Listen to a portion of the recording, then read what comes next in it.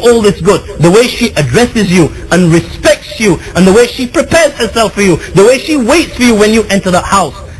When she does all these things for you, naturally Allah subhanahu wa ta'ala will place the love of this woman inside your hearts.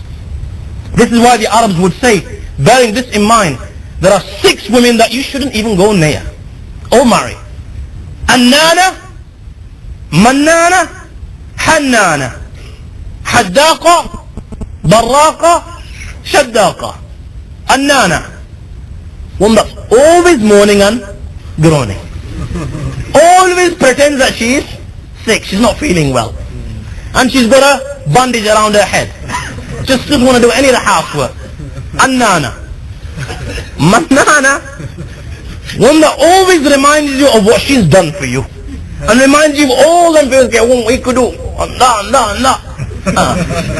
Hannana, one that was previously married and she's always talking about her first husband. Haddaqa, one that's looking like this. Every single thing that she sees in the shop, she has to buy. I want this, I want that, oh yeah, I've got that, bring me this as well. That's Haddaqa. Barraqa, she's sitting in front of the mirror all day. And she combs with her right. And she combs with her left. And then it's Jado here and Jado there.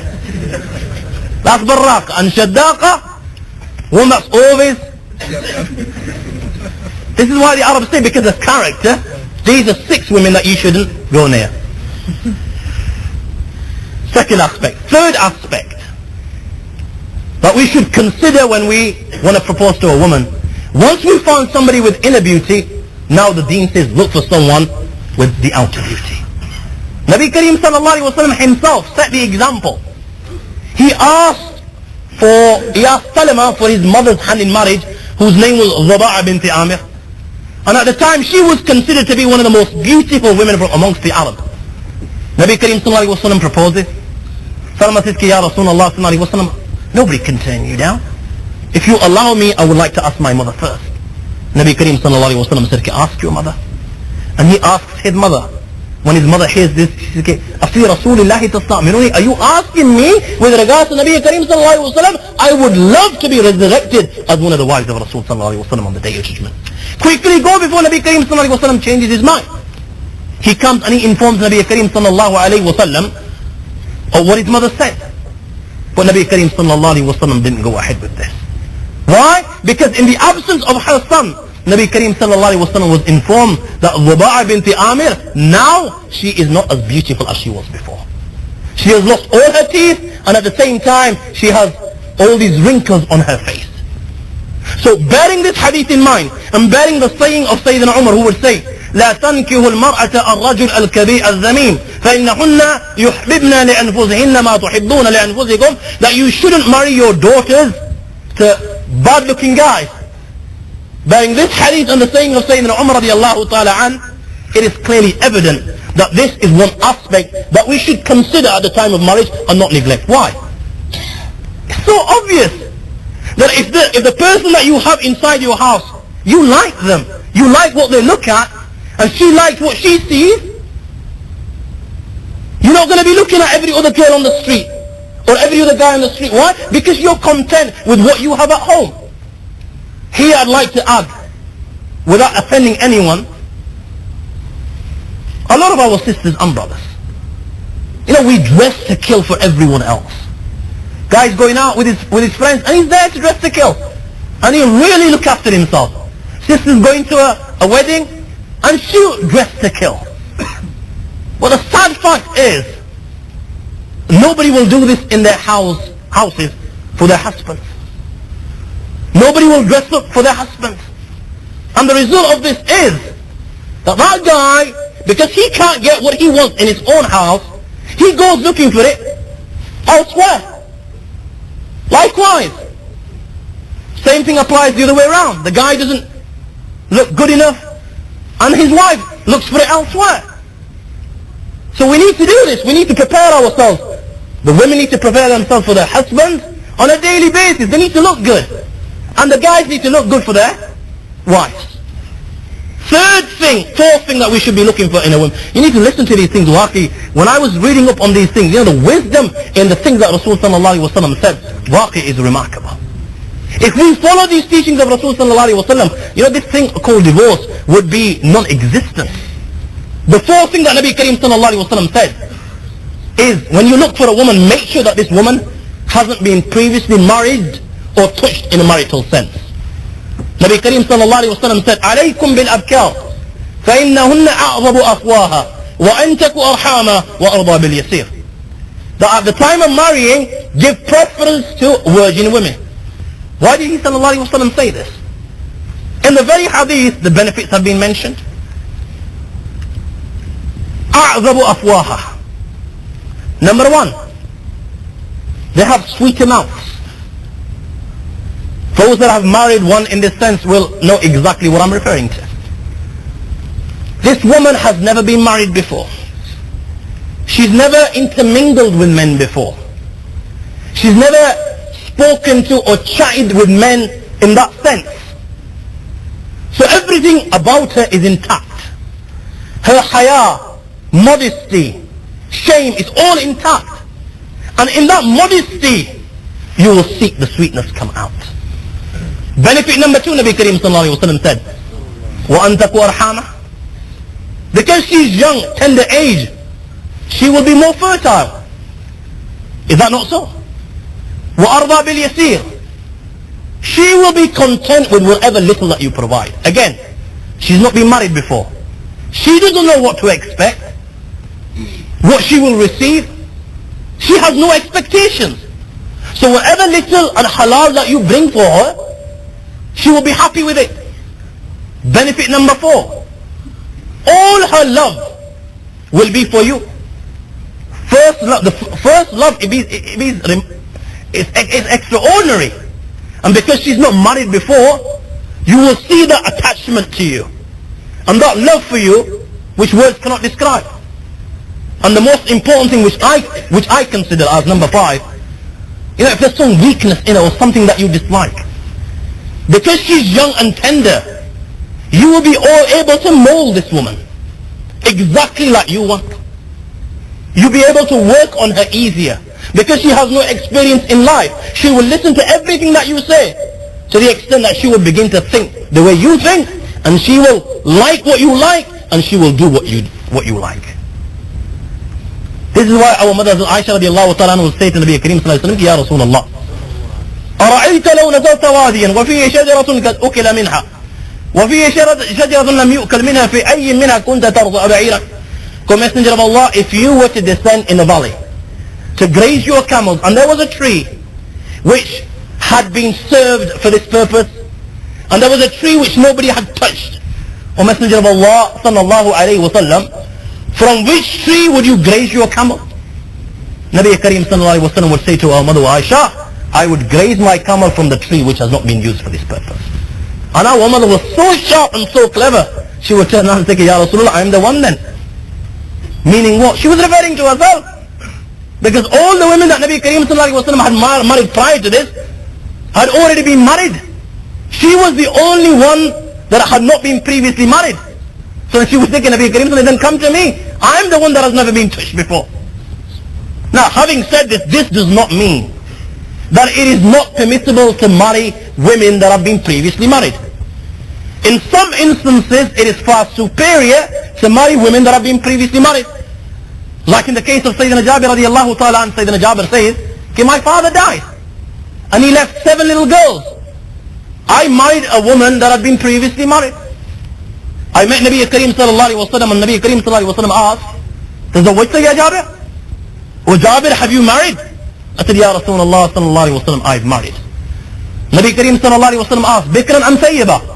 One that has been previously married or one that has not been previously married? I said, Ya Rasulullah, Sayyiba, I've married one that has been previously married. Nabi Kareem sallallahu alayhi wa sallam said, Oh Jabir, did you not marry one that you could you could make her laugh, she could make you laugh. One that you could play with and she could play with you. He said, Ya Rasulullah sallallahu alayhi wa sallam, I didn't want to bring another one. I already have 7 like this at home. I wanted to bring one that could look after them all. This is why I married a woman that has been previously married. Nabi Kareem sallallahu alayhi wa sallam gave dua to Sayyidina Jabir, Ki Allah subhanahu wa ta'ala give you blessings in this marriage. So from this hadith we conclude, in certain instances it is better to marry women that have been previously married. Adding to this, I would say in this day and age, looking at our culture and how we treat divorcees and how we treat women that have been as what we call damaged goods previously married. How many of our sisters, out of no fault of their own, are sitting in the houses of their mothers and fathers divorced? You know, there are some at the age of 16, 18, 20, 25, 30, bichari are so young, out of no fault of their own. Or somebody whose husband died, again out of no fault of her own, and bichari sitting in her mother's and father's house. But nobody will ask for their rishta. Why? Because we look down on divorcees, and we look down on women that have previously been married. If somebody in this day and age, for the sake of Allah, was to marry a woman like this, only Allah and Allah knows alone how much reward Allah subhanahu wa ta'ala would give him. And to break these customs, on top of this, من تمسك بسنتي عند فساد أمتي فله أجر 100 شهيد. خذ Nabi Kareem sallallahu alayhi wa sallam did this.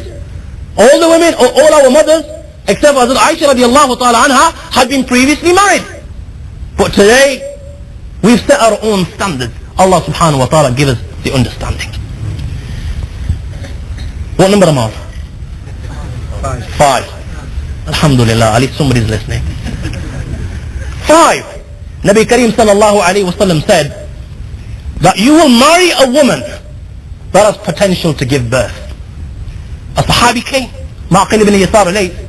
A man came and said, Ya Rasulullah, inni asabtu imra'atan zada mansab wa jamal. Ya Rasulullah, there's this absolutely gorgeous woman. And she's got a bit of status about her as well. Only one problem, innaha la talid. She can't give birth. Shall I marry her? أتزوجها? Nabi Kareem sallallahu alayhi wa sallam said, La, don't marry her. He came again. Ya Rasulullah, shall I marry her? Again Nabi Kareem sallallahu alayhi wa sallam said no. He came for a third time. Again Nabi Kareem sallallahu alayhi wa sallam said no. Nabi Kareem sallallahu alayhi wa sallam said, تزوجوا الودود الولود فإني مكاثر بكم يوم القيامة. That marry women that are loving and that can give, that have potential of giving birth to many children, as I want to have the biggest ummah on the day of judgment. You know, there is so much wisdom in these teachings of Rasul sallallahu alayhi wa sallam, you know? And some of these things that I'm telling you today, you will not understand them if you're not married. You will only understand them after you're married. And you see what you've got. There's so much wisdom. Nabi Kareem sallallahu alayhi wa sallam said, can marry women that can give birth.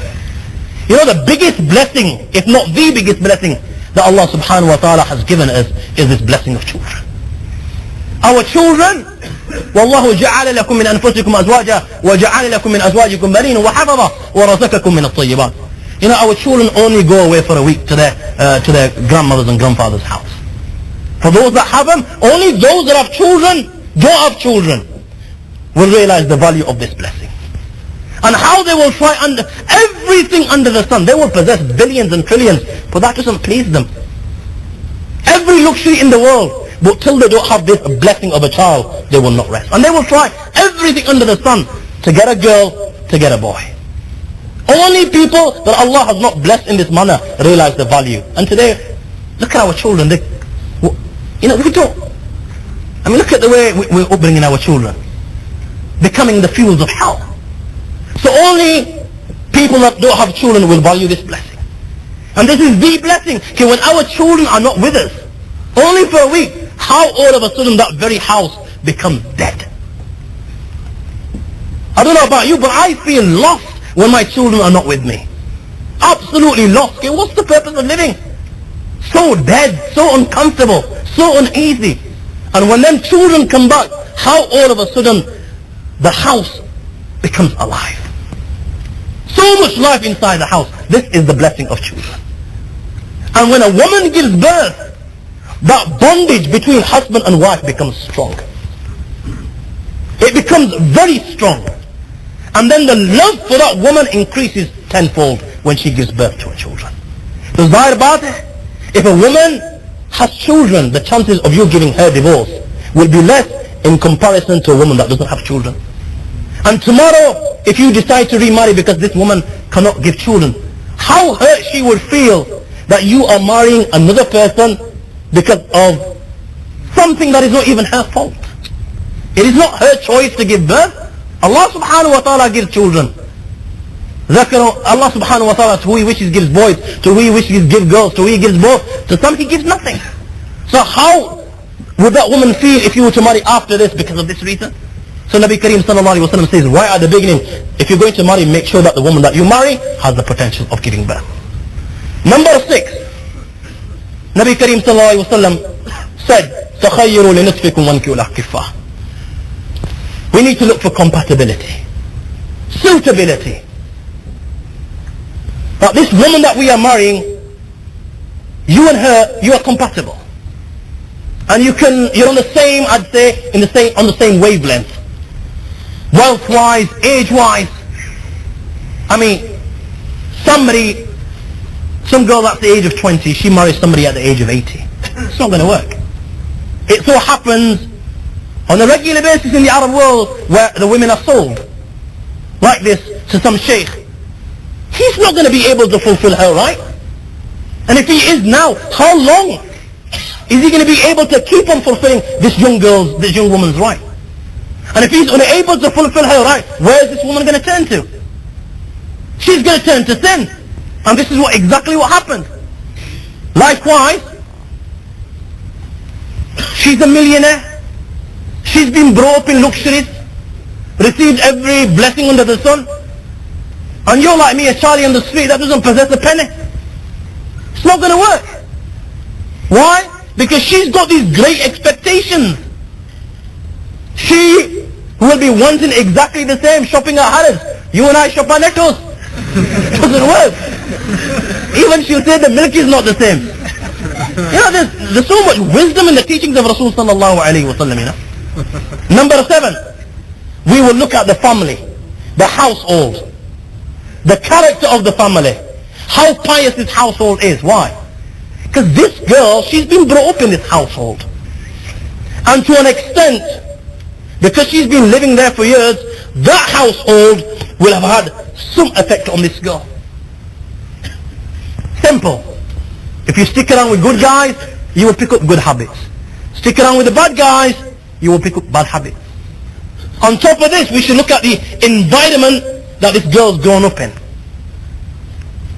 Why? Say she's from Las Vegas. Total azadi. Total freedom. She's grown up in an environment of total freedom. And you and I were some Bedouins living in some desert in a tent. And we want to take this girl, listen very carefully to what I'm saying because I'm conveying a message. And we want to take this girl to this environment. Chances are it's not going to work. This is why we find many of our marriages are not working, because we're doing this in exactly the same way. So we need to look at this, and we need to look at all these aspects that I've mentioned, giving priority to the deen. And inshallah, if we look at this, hopefully the marriage will work. So this is the second mistake that we are making. Mistake number 3. This is rife. Is that we, in instances, force our children to marry against their will.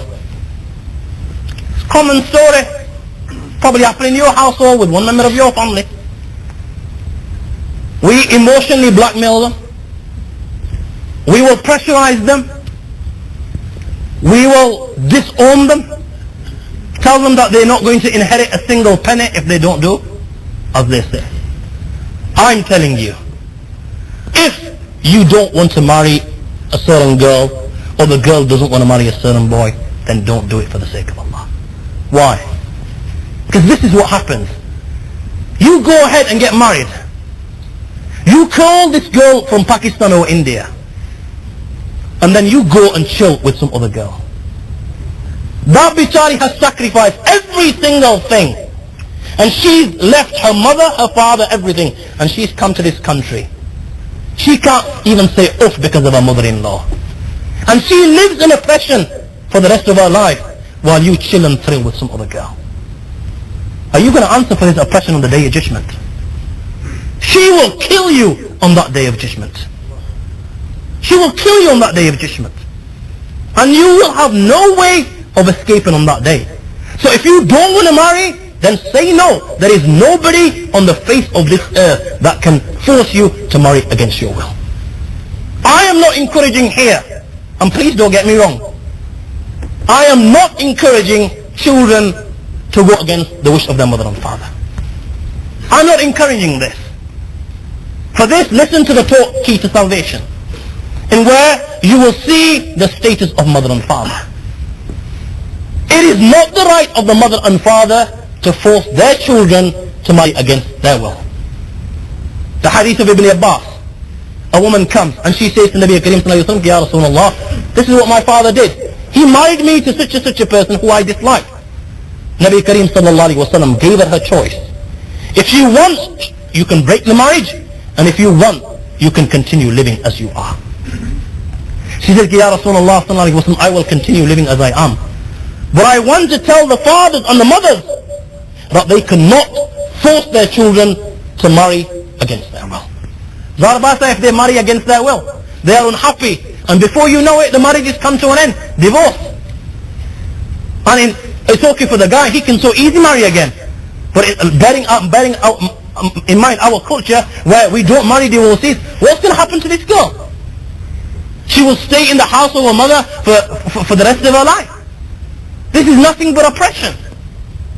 Mistake number 4. And this only happens in some households. And that is that we don't allow our children to see the girl that they wish to marry. The first time I heard this, I was shocked. I just didn't believe that something like this would even take place in England, where they don't allow you to see the girl that you want to marry. And today, I still can't comprehend as to why this happens. The first time I heard it, the guy wanted to marry this girl, and the girl's family were prepared to show him the photograph, though that's not like reality, is it? And at the same time, they were prepared to show him the girl's sister. But they were not allowed to show him the girl. And on top of this girl has been studying in these schools to the age of 18, without hijab, where every Tom, Dick and Harry has seen her. And the one person with regards to whom the Prophet of Allah gives permission for him to see her, the mother and father don't allow her to see her. What's the logic in this? On the contrary, Islam encourages you to see the girl that you are to marry. Mughira ibn Shu'bah came to Nabi Kareem sallallahu alayhi wa sallam, Ya Rasulullah sallallahu alayhi wa sallam, there is such a girl. I'm intending to propose. Nabi Kareem sallallahu alayhi wa sallam asked, have you seen her? He said, no. Nabi Kareem sallallahu alayhi wa sallam said, go first and go see her. It's so possible by seeing her that this will create love, and Allah will place love between you. It is permissible for a girl to see the boy as it is permissible for a boy to see the girl. Mistake number, whatever it is. 5, 6, whatever. We don't make istikhara. Majority of us at the time of marriage, we don't make istikhara. We don't ask Allah subhanahu wa ta'ala for his advice, and we don't ask Allah subhanahu wa ta'ala for guidance. Yet, it is desirable and it is masnoon to make istikhara at the time of taking every great step in life. And what step could be bigger than marriage?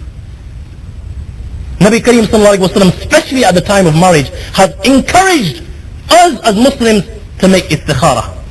And ask Allah subhanahu wa ta'ala, no matter how good this person may seem to you, no matter how good this girl may seem to you, she might or he might not just be the one for you. I mean, look at our mother Hazrat Zainab radiallahu ta'ala anha. When she was divorced by Hazrat Zayd radiallahu ta'ala anha, when her period of waiting came to an end, Nabi Kareem sallallahu alayhi wa sallam sent Zaydina Zayd to ask for a hand in marriage for Nabi Kareem sallallahu alayhi wa sallam. I mean, look who's sending the proposal, the best of creation. And she turns around and says, Ya Rasulullah, ما أنا بصانعة شيء حتى أؤامر ربه, that I will not come to a decision till I don't ask the Almighty Allah subhanahu wa ta'ala. And when should we make istikhara? Istikhara should be made when one's heart is not inclined towards anything. The heart is absolute empty. You're not inclined towards marrying her, and at the same time you're not inclined not towards marrying her. Not the way we make istikhara. We're on these internet. Biggest fitna of the time. Mobile phone. And we shine away day and night. And committing, I'm going to rephrase this, every haram in the book. You know, it all starts with good intentions, isn't it? MashaAllah, everyone that you speak to, Islam gives permission to find out things. And then you find out one thing, you find out another thing. And before you know it, you committed zina. Biggest fitna of the time, the internet and the mobile phone. And you know, we shine with this girl for hours, and then say, Mawla, this is the one that we saw in our dreams. Who else are you going to see in your dreams? Well, zahir about it, the person, you know, that's stuck in your head and every bone, that's flowing in your veins day and night, that is the person that you're going to see in your dreams. This is not istikhara. Istikhara when your heart is empty. No inclination towards either side. Neither the positive side, neither the negative side. That is when you make istikhara and you ask Allah subhanahu wa ta'ala for guidance. Sixth mistake. And this is the biggest mistake that we make. And this takes place after marriage. And that is, we just fail to recognize one another. It's so simple. But this is the biggest mistake. We fail to recognize one another as husband and wife. We fail to recognize the tabi'iyah and the nature. The woman fails to recognize the nature of her husband, and the man fails to recognize the nature of his wife.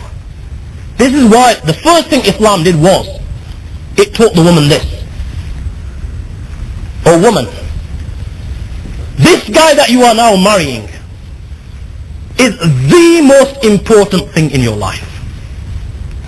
He is more important than your mother and your father. So important that Nabi Kareem sallallahu alayhi wa sallam said to this woman that had it been permissible for anyone to prostrate before anyone, then I would have ordered you to prostrate before your husband. And if there was blood and pus to come out of his wound, and then you were to lick it clean, though it is not permissible to do this, it is just emphasizing the status of a husband. If you were to lick it clean, you would not have fulfilled the right of your husband. Another hadith, or women, there was a man who went on a journey, and he told his wife not to leave her house. Now her father became sick. Listen very carefully to this. Her father became sick. She asked for permission to Nabi Kareem sallallahu alayhi wa sallam, Ya Rasulullah, can I go visit my father? Nabi Kareem sallallahu alayhi wa sallam said, Ittaqillah wa la tukhalifi zawjak. Fear the Almighty Allah and do not disobey your husband. Her father later died. She said again, Ya Rasulullah, can I attend the janazah of my father? Nabi Kareem sallallahu alayhi wa sallam said, Ittaqillah wa la tukhalifi zawjak. Fear Allah and do not go against the command and the wish of your husband. Allah subhanahu wa ta'ala revealed to Nabi Kareem sallallahu alayhi wa sallam, Ya Rasulullah, tell this woman that I forgave her because of the obedience that she showed to her husband. This is what Islam said to the woman. Now it just doesn't work one way. Islam said to the guy, أخذتموهن بأمانة الله واستحللتم فروجهن بكلمة الله. You took them with the truth of Allah subhanahu wa ta'ala, and you made them halal for you with the words of Allah. استوصوا بالنساء خيرا. Thus you will take good care of these women. O man, ثلاث كان يتكلم بهن حتى تلجلج لسانه وخفي لسانه. Three things that he sallallahu alayhi wa sallam kept on repeating and kept on mentioning before he sallallahu alayhi wa sallam left this world and his breath was no more. And one of the three things that he sallallahu alayhi wa sallam mentioned and would keep on mentioning, O man, Allah, Allah fin nisa. Fear the Almighty Allah. Fear the Almighty Allah with regards to your wives. So this is what Islam did. It taught man and woman the importance of one another. You know, when we don't know the importance of a certain thing, we have no value for it. I mean, a child, you give him a diamond, the guy's going to take it and throw it away. He doesn't know the value of a diamond. You give the same child some sweets, and you can get that child to do anything for you. Islam did exactly the same thing. It taught us the importance of one another. After teaching us the importance, Islam now said, "Ashiruhunna bil ma'ruf." وَلَهُنَّ مِثْلُ الَّذِي عَلَيْهِنَّ بِالْمَعْرُوفِ. Islam said that you will live with one another in good. You will speak to one another gently, lovingly, caringly, affectionately. You will do good to one another all the time. You will prepare yourselves in good for one another. She will dress for you, you will dress for her. At the same time, Islam explains something to the men. Why? Because we are the ones with authority in our houses. To make it easy for us to act upon this verse of the Quran, Islam explained. It explained to us the nature of this woman that we have now brought inside our house. Why? So that we don't look for perfection in her. You know, we're always looking for perfection. We're not perfect ourselves, but for everything else we're looking for perfection. So that we don't look for this perfection, and that it is pointless looking for perfection. Islam explained the nature of this woman that we brought inside our house. And Nabi Kareem sallallahu alayhi wa sallam said, إِنَّ الْمَرْأَةُ كَالظِّلْ. That this woman that you brought, she's like a rib. If you try to straighten this rib, you will break it. And if you want to take advantage of this rib, you will have to take advantage of it as it is, with its curve and bentness that a rib's got. If you want to take advantage of this rib, you will have to take advantage of it as it is. Now what's a rib made out of? Bone, isn't it? At least the little ones know. It's made out of bone, number one. Secondly, the beauty of a rib is in the way it has been made, with its curve, with its bentness. Somebody clever comes along and he wants to straighten this rib. Is he going to be able to do it? Why? It's bone. If you try to straighten that bone, it's going to crack. And if you want to take advantage of this rib, you will have to take advantage of it with its beauty, in the way that it's been made. Likewise, if somebody clever comes along and he wants to rectify his wife, and he wants to straighten her 100%, he's going to break her. How will you break her? Talaq. And if you want to take advantage of her, you will have to take advantage of your wife in the beautiful way that Allah subhanahu wa ta'ala has created her, with her nature, and that nature will always stay with her. Islam further explained. You know, these teachings of Islam, Allahu Akbar, Salam Jai, divorce would never come if we knew this. Islam further explained again to both man and wife. Guy, remember one thing. Nobody's perfect. Nobody, no human being is perfect. Everybody has some defect or some weakness about them. Everybody has something good about them.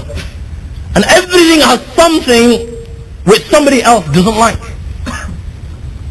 So Islam said, and Nabi Kareem sallallahu alayhi wa sallam said, you know that woman that you've got at home? And said to the woman, you know that guy that you've got at home? It is so possible that after all this homework that I've been talking about for the last 2 hours, after all this homework, you know, you looked for the deen, you looked for this, you looked for that, you looked for this, and you did all this homework. It is so possible that in spite of this, there will be certain things that you dislike. And it's so possible that after she's doing all this homework, it's so possible that there's certain things that she dislikes. If this comes about, you will overlook it. And you will look at the good things that you see in them. And you will always remind yourself of the good things. Look at Nabi Kareem sallallahu alayhi wa sallam. Our mother Aisha radiallahu ta'ala anha says, مَا غِرَةُ عَلَى إِمْرَأَةٍ مَا غِرَةُ عَلَى خَتِيجَةٍ. I have never envied any woman as I envied our mother Khadija radiallahu ta'ala anha. Why? She died 3 years before Nabi Kareem sallallahu alayhi wa sallam even married me. But in spite of this, all the time, Nabi Kareem sallallahu alayhi wa sallam would make a good mention of her. He would praise her, he would talk good about her to the extent that he sallallahu alayhi wa sallam would sometimes slaughter a goat and he would distribute the meat of this goat amongst the friends of Hazrat Khadija radiallahu ta'ala anha. Hazrat Aisha radiallahu ta'ala anha says on one occasion an old woman came to Nabi Kareem sallallahu alayhi wa sallam. And Nabi Kareem sallallahu alayhi wa sallam is giving so much attention to this woman. كيف أنتم كيف حالكم كيف كنتم بعدنا. I said بأبي وأمي يا رسول الله. I said, oh messenger of Allah, my mother and father be sacrificed upon you. تقبل على حاضر الرجل حاضر إقبال. You show so much respect and you give so much love and attention to this old woman. Who is she? Nabi Kareem sallallahu alayhi wa sallam said, this is the same woman that would visit us at the time of Hazrat Khadija radiallahu ta'ala anha. Now if this is Nabi Kareem sallallahu alayhi wa sallam with Hazrat Khadija radiallahu ta'ala anha's friend, how do you think he sallallahu alayhi wa sallam took care of Hazrat Khadija radiallahu ta'ala anha? Look at Hazrat Umar. Who doesn't know Umar Farooq? Who is ignorant of the status of Umar?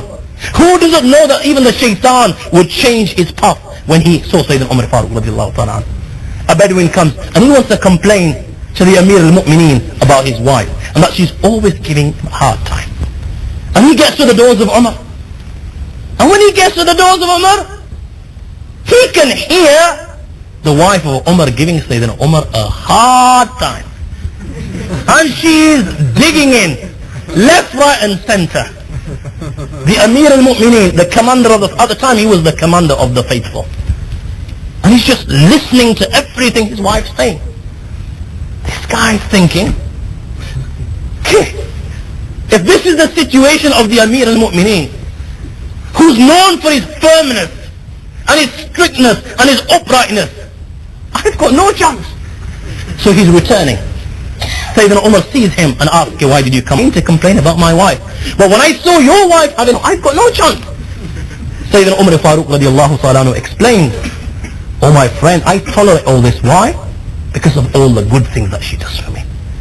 إِنَّا طَبَّاخَةٌ لِطَعَامِ. She cooks for me. She makes my bread. She looks after my good thing. I overlook this. This is nothing. Islam further explains that there is no couple on the face of this earth that will not have a difference. Now and then will have some difference.